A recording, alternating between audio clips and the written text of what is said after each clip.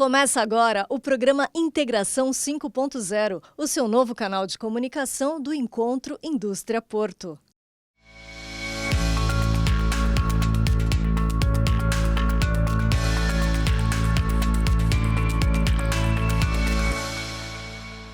O CID é o Centro Integrado de Desenvolvimento da Baixada Santista, uma entidade que congrega as indústrias do Polo Industrial de Cubatão e também as principais empresas que prestam serviço diretamente a essa atividade. O CID, ele trabalha como um operador, como um gestor dos principais assuntos de interesse comum de suas associadas, fazendo a gestão de todas as atividades que são inerentes aos processos comuns e aos interesses que as associadas têm aqui na região. Bom, o Polo Industrial de Cubatão, ele é composto por vários segmentos, né? Nós temos aqui indústria do segmento petroquímico, do segmento químico, fertilizantes, siderúrgicos e empresas logísticas também. Esse polo industrial, ele é uma atividade bastante importante para a economia não só da região, como do estado e como do Brasil. Como um grande valor econômico para a região,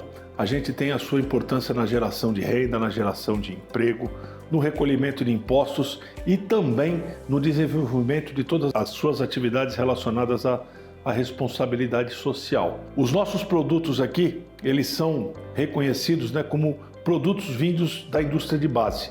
Eles são normalmente matéria-prima para o desenvolvimento de processos fabris na sua sequência. Os produtos que são produzidos no Polo Industrial de Cubatão, nós não encontramos nas prateleiras, então a identidade com o produto, ele fica um pouco mais distante, mas do aço sai carro, sai fogão, geladeira, máquina de lavar, o fertilizante vai para o agronegócio e que está pujante aí na nossa economia nacional, a indústria química com total relevância aí em tudo aquilo que a gente está habituado no nosso dia a dia, plástico, espuma, enfim, pneu. Então a abrangência dessa indústria, ela está relacionada com o nosso dia a dia. A percepção é que às vezes fica um pouco distante porque os produtos daqui, eles servem de matéria-prima para processos fabris na sua sequência. Um dos grandes desafios hoje é justamente esse, Nós temos que manter a disponibilização da nossa mão de obra com qualificação e formação adequada para as imposições que a tecnologia nos remete e nos coloca, Então, essa interação entre o processo produtivo e as instituições de ensino, ela é permanente, para que as instituições de ensino elas estejam voltadas e preparadas para atender às demandas e às tecnologias que estão sendo introduzidas dentro desses processos produtivos. Ter essa possibilidade da geração de profissionais que venham atender essa demanda é uma perseguição constante e vai ser contínua pela velocidade que nós temos hoje das novas tecnologias. As indústrias do Polo Industrial de Cubatão, elas mantêm programas de incentivo à inserção desses estudantes nas áreas produtivas, Então, desde oportunidades do próprio aprendiz, passando depois por oportunidades de estágio, até chegar nos programas de trainee que são abertos rotineiramente para poder atender a essa oferta que é colocada anualmente no mercado. Os processos seletivos, eles são realizados individualmente por cada empresa. Cada empresa hoje adota uma determinada plataforma para poder atender a todas as oportunidades que sejam colocadas e ter interação com os interessados. Por que isso? Todas as nossas empresas aqui hoje, ou elas são multinacionais, ou elas são empresas de nível nacional, que tem mais de uma unidade espalhada pelo território nacional ou globalizadamente. Isso faz com que elas utilizem plataformas individuais para poder ter acesso e interação com essas oportunidades que os estudantes, aqueles que estão se preparando, possam ter no futuro. Com certeza, nós temos que olhar até sobre o aspecto das oportunidades que se teve para a implantação do próprio Polo Industrial de Cubatão. A gente costuma falar, tiveram fatores de impulsionamento para a instalação do Polo Industrial. E um dos fatores foi justamente a proximidade com o Porto de Santos, que à época já era o maior porto da América Latina. A gente está falando aí da metade do século passado, né? Década de 50 do século passado, quando foi iniciado aqui a instalação das indústrias e a concepção do polo. Essa proximidade com o porto ela foi muito importante para poder garantir o recebimento de matéria-prima e também facilitar o escoamento dos produtos que eram produzidos aqui na região. Dentro dessa discussão, a gente vê dois pontos muito específicos aí de desenvolvimento para o futuro. O primeiro, atratividade para novos negócios. Nós continuamos trabalhando com a iniciativa privada, com o poder público, para que a gente possa gerar oportunidades de novos negócios que possam vir agregar aos processos produtivos a possibilidade também de instalação do setor industrial posterior à base, ou seja, o setor industrial de manufatura. Esse é um estigma. Na verdade, esse estigma a gente tem que ajudar a eliminá-lo, né? A gente tem que fazer uma imersão aqui no passado, né? O polo industrial de Cubatão ele começou a ser constituído na década de 50. A chegada da primeira refinaria, a refinaria Presidente Bernardes, primeira refinaria de grande porte. Na sequência, vem a siderúrgica com a Cosipa e nessa esteira são instaladas aqui as indústrias químicas e de fertilizante. O polo se consolida em 1970.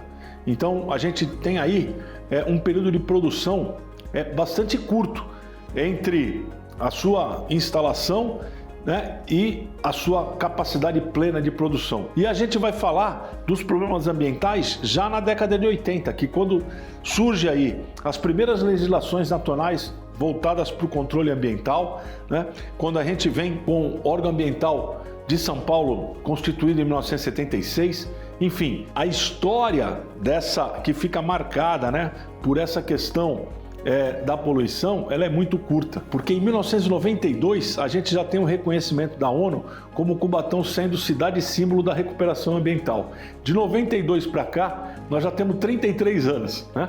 33 anos, onde foram instalados aí equipamentos de controle para emissão atmosférica, para tratamento de efluentes líquidos, para segregação e destinação de resíduos adequadamente. Enfim, foram mais de 3 bilhões de dólares investidos na década de 1990, né? E que transformaram Cubatão na cidade símbolo de recuperação ambiental. Mas essa perenidade ela se deu pela introdução de sistemas de gestão que mudaram a cultura das pessoas. Então eu sempre costumo dizer, a questão relativa à poluição, ela não é uma questão proposital, ela é uma consequência do que se tinha à época. A tecnologia que se conhecia no momento era aquela, né? O que tinha disponível era o que estava sendo colocado, que era o fino da arte à época, né? Mas só que era o fino da arte que não tinha os cuidados, né? Nem tinha os controles ambientais que hoje são requeridos. Mas com a introdução disso, o cenário mudou drasticamente,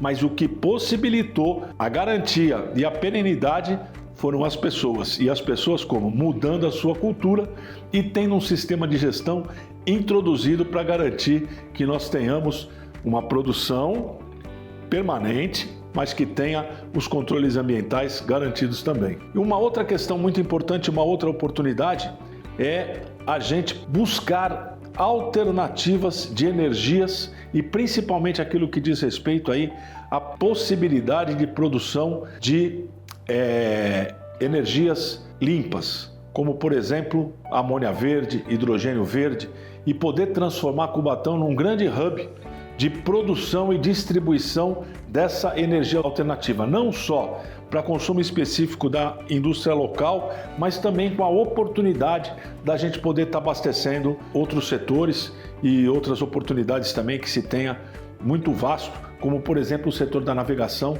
que futuramente deve migrar também para alternativa de energia mais limpa e, por que não, a gente tem a introdução dessa amônia verde dentro dessa possibilidade também de consumo para impulsionar toda a nossa navegação mundial.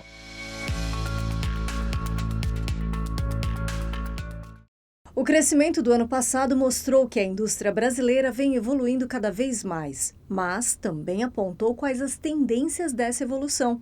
Segundo as próprias empresas, os caminhos para a indústria brasileira passam necessariamente pela tecnologia, pela conectividade e pela sustentabilidade. A inteligência artificial e a impressão 3D já são realidade em muitos setores, assim como o maior uso da internet. Por isso, a fibra ótica é um dos maiores investimentos da indústria, assim como os investimentos em práticas, processos e equipamentos que possam promover um desenvolvimento cada vez mais sustentável. Tudo isso para que a nossa indústria continue sendo o motor da economia nacional. Não deixe de acompanhar as edições do Integração 5.0, toda sexta-feira, aqui mesmo no canal do Encontro Indústria Porto. Faça sua inscrição, ative todas as notificações e fique por dentro do que acontece de mais importante nas indústrias e nos portos do Brasil.